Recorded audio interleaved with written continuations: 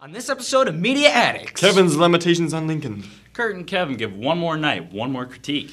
and Brock and Kurt chuck another point up on the Xbox 360 of Halo 4. Media Addicts! You are watching Media Addicts.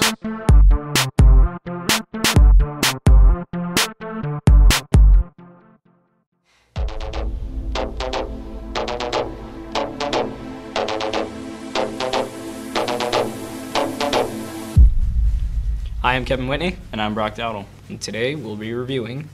Lincoln. What was your thoughts on it, Brock? Personally, I like Lincoln. First of all, I like Lincoln in general.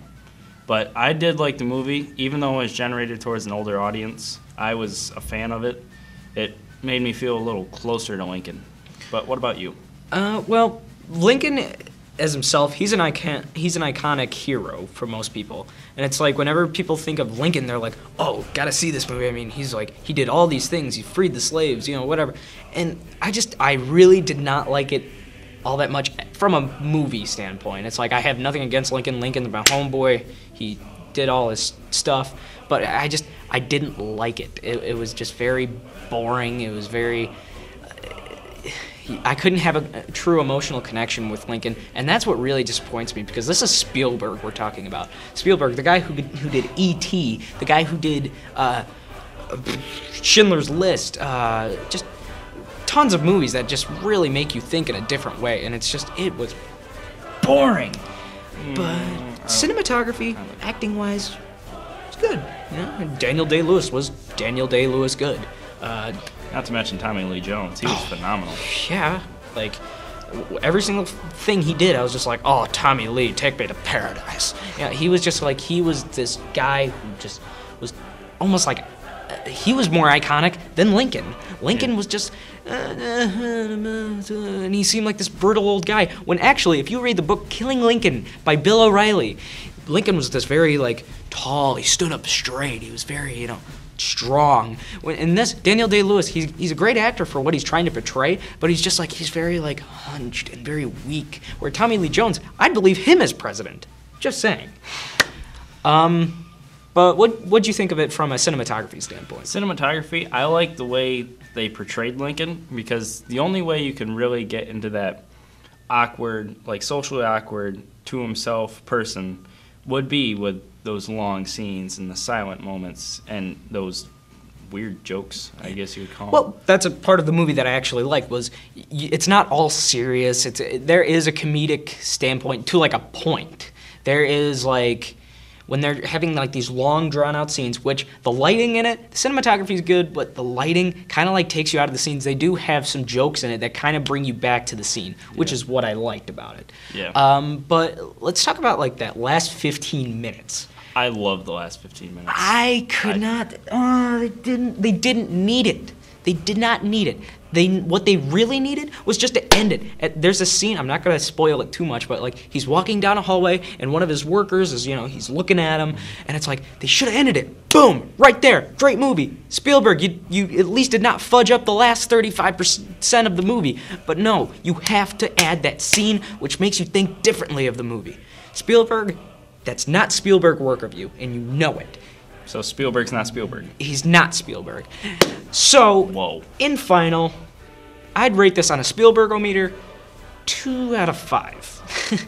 On a regular movie, if you're a history buff, 3 out of 5. Your thoughts?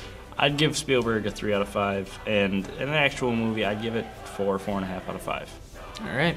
I'm Kevin Whitney. And I'm Brock Dowdle. Thanks for watching. Bye. Toodles.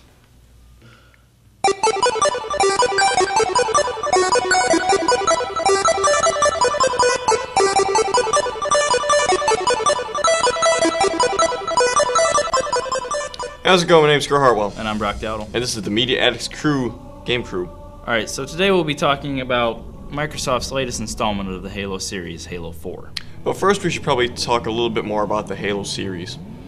Starting off with Halo 1, released back in 2001 for the Xbox and PC. At the time, that game was absolutely revolutionary. I mean, you had games like Doom and Duke Nukem trying to bring first persons more to the main front of gaming.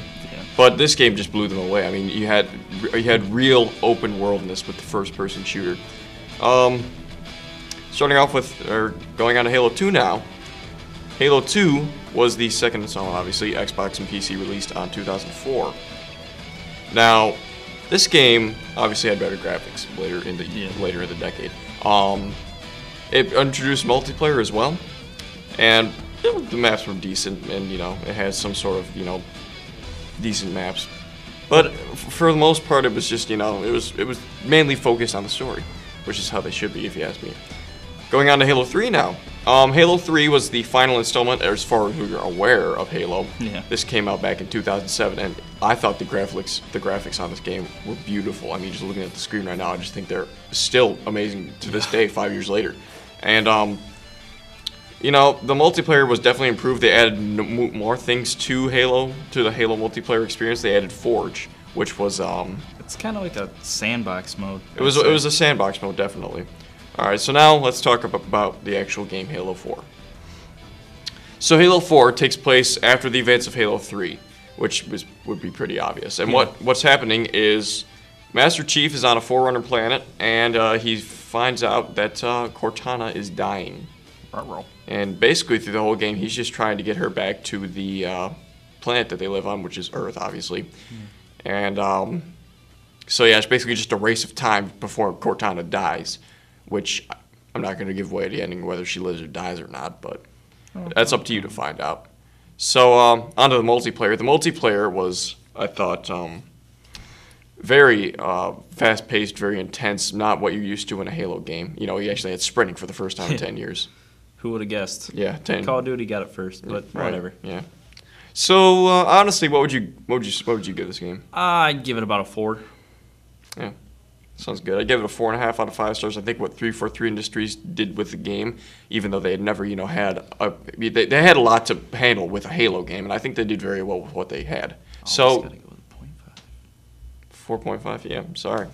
0.5s, man. All right, that's about it for the game review today. I'm Brock Dowdle. And I'm Kurt Hartwell. See you around. Bye.